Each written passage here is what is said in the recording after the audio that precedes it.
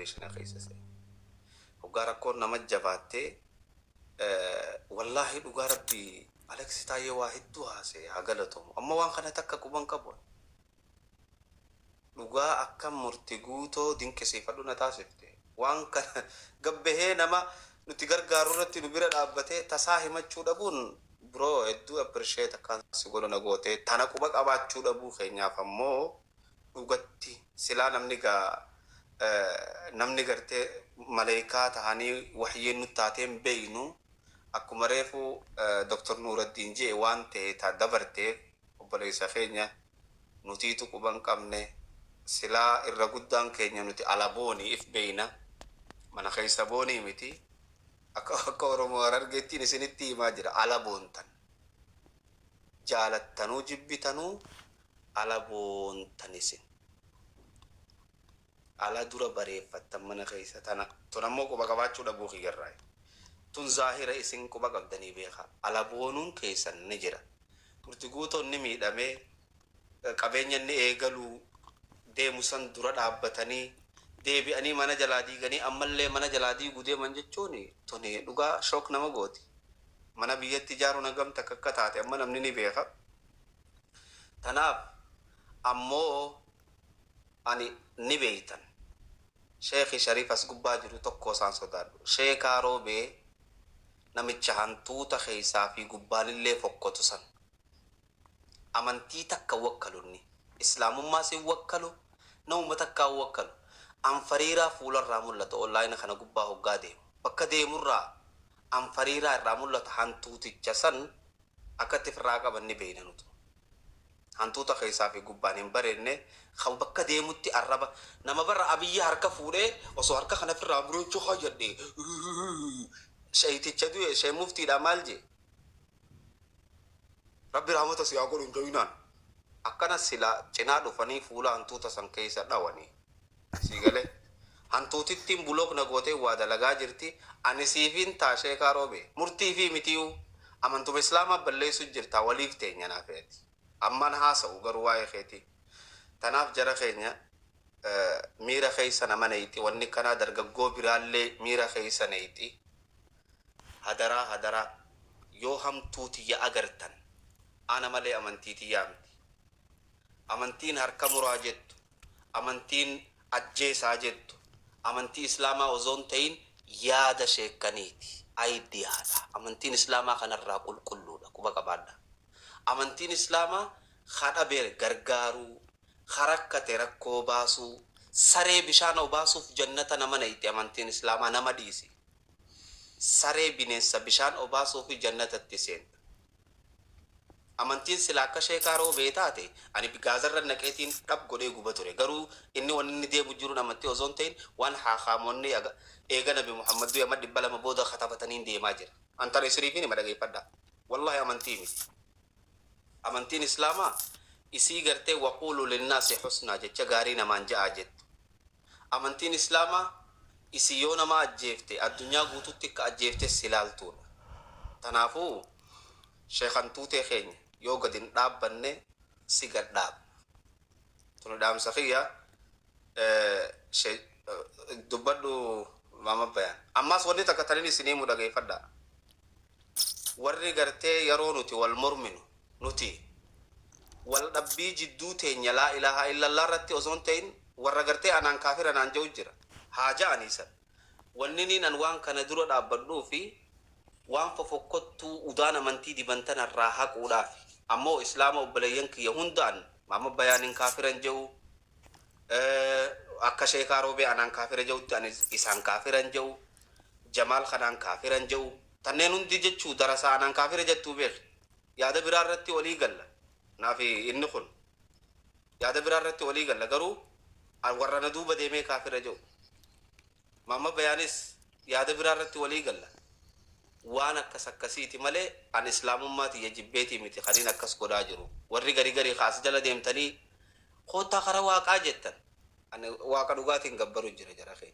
ifin dararina hamzaatutu islaamatu gujjire isinitti fakkaatin ani adawwii islaamaatiin irraa haqu jira tana quba qabaadha itti deem mama bayaan dubbadhu وقتك وين بدأ أستاني نقله أستاني أصلا نقله وين دبّر فره وقتك تلا ماني سي خلنا كوي مرتخي نفسي اسمه بروفيسور اسمه تنافو wanni takka tan aaraa murteeffamtu jirtu nakuma qabaadha wanta kan isinii wanni aaraa murteeffamtu jirtu murtii waan godhaa ture maaliif akka godhaa ture haasawa Alex Taayirraa ni beeytan namni gaadila kana nama dhagaama dhugaa tanaaf inshallah tan murtiidha ni haasoyna amma yaadu magartee waan islaamummaa kanatti ichi nama dhiibuutii fi kanarraa haa dubbannu وانت كان ريدو فد شيخ بالي ان شيخ روبي قفا يچو جرتا جروبي جارمته مالك بيالا راغورته ما مسجن عارفه مالك بيالا راغورته مرتي اكا اني غرته سلامنا هدا سني متي مرتين برات مرتي فهمته افنامه غرته سينو ورغوله جيرا غرو وانت وانا ما اقول ان اللي ندبتن خربي قدام وياك امانه شايده نما ابدي تينيا انيو متان على في السوشيال ميديا كنا غبتي نوتتي دوفي خيسان mana hula akana tingale kirani sa mali deposit في كران وما دبا في شنتمي والله كازينوفا يجرا انا كازينوفا خديربا حنقستك كنا ما غرتينوتي gargaarreen as deebi'ee nama keenya akkana godha jechuun hoggaa nuti obbolee jennee akka guutuu jeneraalii nama fudhannee waan qabnu hisha keenya keessaa baafnee osoo eessarraa deemaa eessa deemaan beene gargaarree namni kun nama keenyaa nu gaafate jennee waa goonuu fi waan godhanillee dubbachuun gaarii miti. nama keenyatti as deebi'ee nama keenya kana godhaa jechuun hoggaa miidhaadhaa nama keenya irratti as garagalanii guruppii uummatanii maallaqa gizee ta'an doolaara 50 waliif hin quudhine bishaan waliin obaasne nama tokko nama gartee ol guddachuu jiru akkamitti ol ka'ee deemaaf gad qabanii kuffisanii gartee nama kana daameej godhuuf maallaqa oli buusan. Wallahi I feel sorry. Murtii kiyya waan Alex jee kana takkar irraa waan takkarraan beenu obboleessa kiyya dhiifama guddaanu wadii dhiifamaan kanumaan jaa. Sheikh Hamza namni waan fedhe waan naan jee haajuu kana jeetiin gabbu'aani. Wallahi jee. Arra nama tokko ganda biraarraa fuunee Harargeetti yoo hine akkana kanumaan isinit jaa. That's it. Waan fedhan na haajaan waan fedhan jaa. Weaknessii ani ganda biraa miti dadhabina nutu qabaa. Nuti dadhabaadha namaaf reefu jette alaaf ni ifnaa af keessa rakkoodha. Is it really bakka biraarraa fuudhee ganda biraarraa fuudhee cirootti yoo hidhan har'a dubbiin akkana akkasumatti ilaala gandummaa haasa'uufi miti. Sometimes we need to wake up. If ka'uun irribarraa barbaachisaadha. Ganda tuquu miti abaluu tuquu miti daangaan hoggaa tuqame haqni hoggaa dabe hoggayyuu haqa irratti haa dhaabbannu wanni joof kanaaf ani eenyu maalin jira eessan jira haa hubannu. Ramas deebi'ee sitti nima Sheikh Hamza asi deebi'ee murtii guutuu kaarrab sumaal kaju ganduma keenya joolluma teenya walitti hin kijibnu kaasee kuffisuu barbaadu anuma akkuma reefu jette si wajji dibeeti godhanii deebi'anii Hamzaan kaafira kajaan joolluma teenya walitti hin kijibnu si wajji waggaa ta'an akkasi garagalanii ka namiidhuu ka barbaadu ganduma kiyya ganda biraatii miti.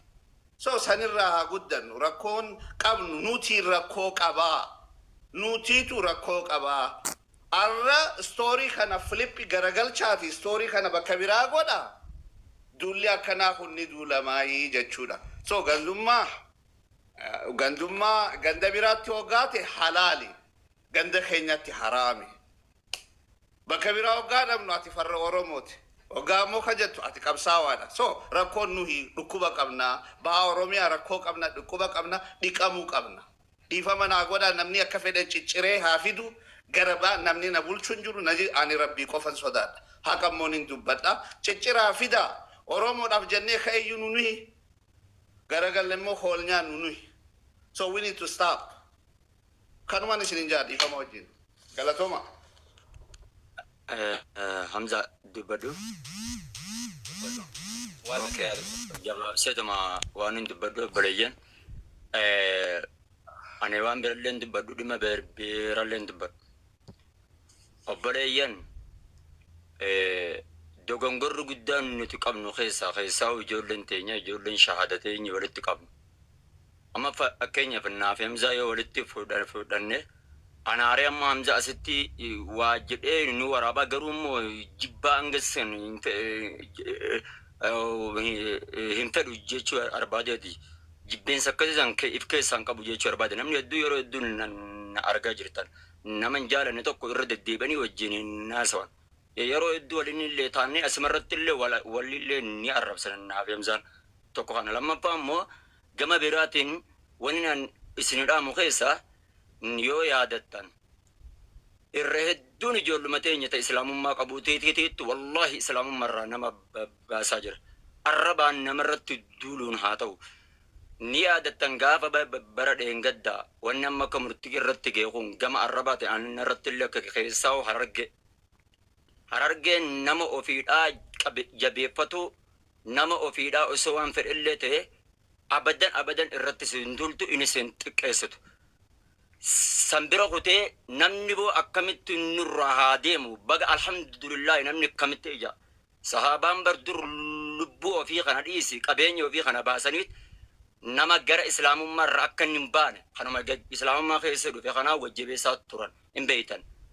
Tokko kana gama biraatiin obboleessa keenya kana rakkoo isaa as jittee dhageenya jirra.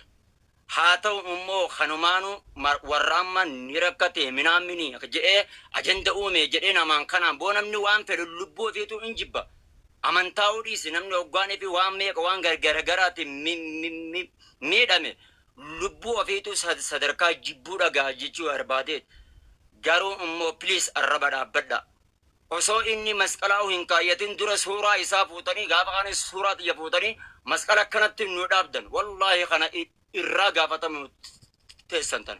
Wallah fuula rabbii duratti illee.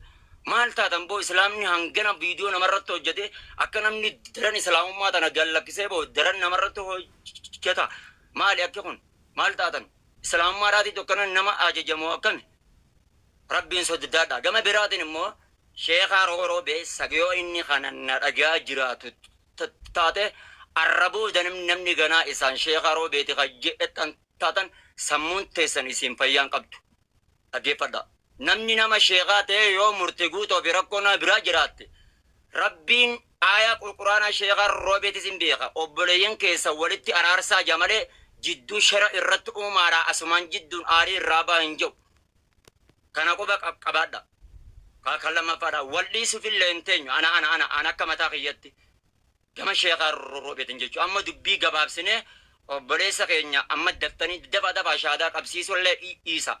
Suuta miira keessaa baafannee rakkoo jirtu obboleessa keenya kan akka harargeetti obboleessa keenya ilma keenya cinaa dhaabbannee obboleessa keenya jabeeffatu qabna. Isin jechuu barbaade hanga Hamza. Barakallahu fiikum. Mee dubbadha Jamaal Ali. Carraan kiyyaame. Assalaamu alaikum. Waalaikum salaam wa rahmatullah.